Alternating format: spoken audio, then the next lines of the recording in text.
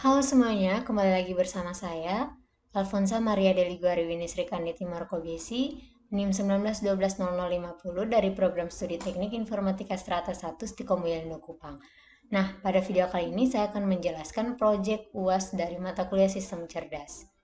Kita langsung saja. Di sini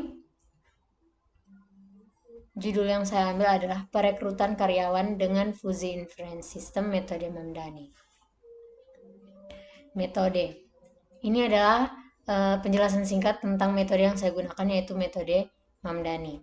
Fuzzy Inference System adalah proses merumuskan pemetaan dari input yang diberikan ke output dengan menggunakan fuzzy logic. Pemetaan tersebut akan menjadi dasar dari keputusan yang akan dibuat. Proses fuzzy logic melibatkan fungsi keanggotaan, operator fuzzy logic, dan aturan jika, maka, atau if dan rule. Dalam membangun sistem yang berbasis pada aturan fuzzy, maka akan digunakan variabel linguistik. Variabel linguistik adalah suatu interval numerik dan mempunyai nilai-nilai linguistik yang sematiknya didefinisikan oleh fungsi keanggotaannya. Metode Mamdani juga dikenal sebagai metode Max-Min, yang diperkenalkan oleh Ebrahim Mamdani yang mempunyai 4 tahap.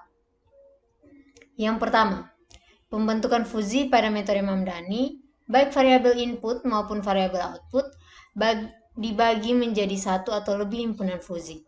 Yang kedua, aplikasi fungsi implikasi atau aturan pada metode Mamdani. Fungsi implikasi yang digunakan adalah min. Yang ketiga, komposisi aturan tidak seperti penalaran monoton. Apabila sistem terdiri dari beberapa aturan, maka inferensi diperoleh dari kumpulan dan korelasi antar aturan. Yang keempat, penegasan atau difusi.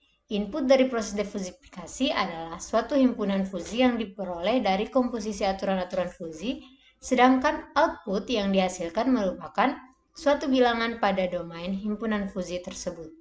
Pada penelitian ini digunakan metode centroid, yaitu solusi Cripps diperoleh dengan cara mengambil titik pusat daerah fuzzy. Nah, yang berikut adalah flowchart. Di sini kita mulai. Kemudian input data variabel dan himpunan variabel fuzzy. Nah, data variabel di sini itu variabel yang nanti akan dibuat itu variabel kehadiran, variabel kedisiplinan, variabel keahlian, variabel prestasi kerja, variabel kepribadian, dan rekomendasi.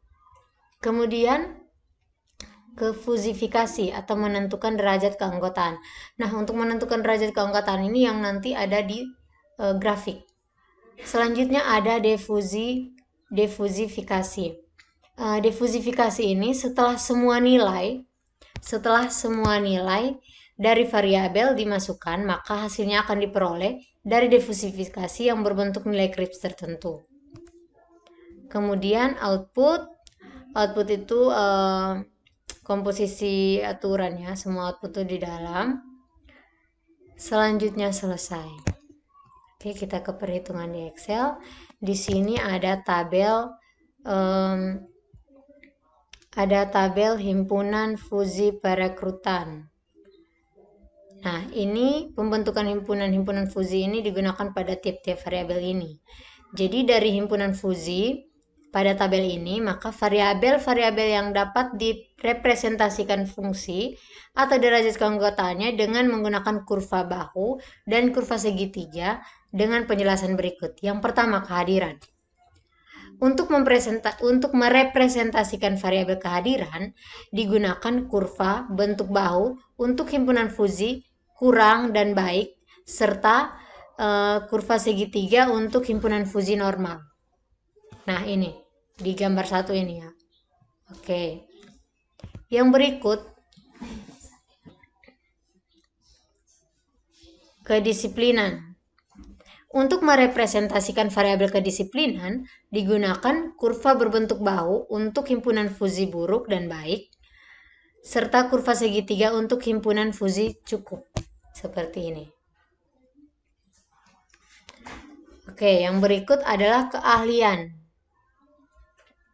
Untuk keahlian ini, untuk merepresentasikan variabel kedisiplinan digunakan kurva berbentuk bahu untuk himpunan fuzzy rendah dan tinggi, serta kurva segitiga untuk himpunan fuzzy menengah. Ini. rendah, tinggi, menengah. Oke, selanjutnya ada prestasi kerja. Untuk merepresentasikan variabel prestasi kerja, digunakan kurva berbentuk bahu untuk himpunan fusi kurang dan baik, serta kurva segitiga untuk himpunan fusi cukup. Seperti ini. Kurang, baik, dan segitiga untuk cukup. Yang kelima adalah kepribadian. Untuk merepresentasikan variabel kepribadian ini, digunakan kurva berbentuk bahu untuk himpunan fusi buruk dan baik, serta kurva segitiga untuk himpunan fusi cukup. Yang berikut, yang terakhir itu adalah rekomendasi. Nah, untuk merepresentasikan variabel rekomendasi ini, digunakan kurva berbentuk bahu untuk himpunan fusi tidak direkrut dan direkrut, serta kurva segitiganya untuk himpunan fusi dipertimbangkan. Ini. Oke, sekarang kita ke MATLAB, program MATLAB. Jadi yang pertama ini adalah pembuatan fungsi keanggotaan dengan MATLAB. Dari grafik-grafik yang sudah dibuat dalam fungsi keanggotaan, himpunan fusi ini diimplementasikan ke dalam tools MATLAB sebagai berikut. Nah, ini nih. Ini merupakan fungsi keanggotaan kehadiran input dengan MATLAB.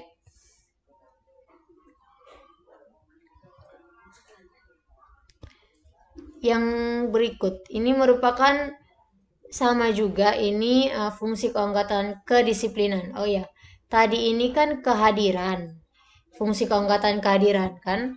Ini merupakan fungsi keanggotaan kedisiplinan, input. Ini juga merupakan input. Oke, selanjutnya ini merupakan fungsi keanggotaan rekomendasi atau output dengan MATLAB. Nah, di sini ada rules editornya.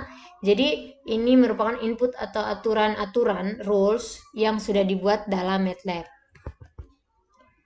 Kemudian ini merupakan input nilai dari masing-masing fungsi keanggotaan ke dalam rules viewer yang ada di MATLAB. Jadi ini merupakan rules viewer. Oke. Yang terakhir ini adalah GUI, hasil perekrutan dari karyawan tetap. Nah, kesimpulan. Yang pertama, logika fusi dapat diterapkan untuk perekrutan karyawan kontrak menjadi karyawan tetap dengan menggunakan nilai kriteria perekrutannya sebagai data input fusi. Yang kedua, dengan logika fusi, perekrutan karyawan kontrak menjadi karyawan tetap menjadi lebih adil dan akurat dengan memperhatikan nilai dan nilai yang proporsionalnya bagi setiap kriteria perekrutannya. Yang ketiga adalah logika fusi dapat dijadikan sebagai alat bantu pendukung keputusan dalam melakukan proses perekrutan karyawan tetap. Baik, hanya ini penjelasan singkat dari saya, Proyek UAS Sistem Cerdas. Sekian dan terima kasih.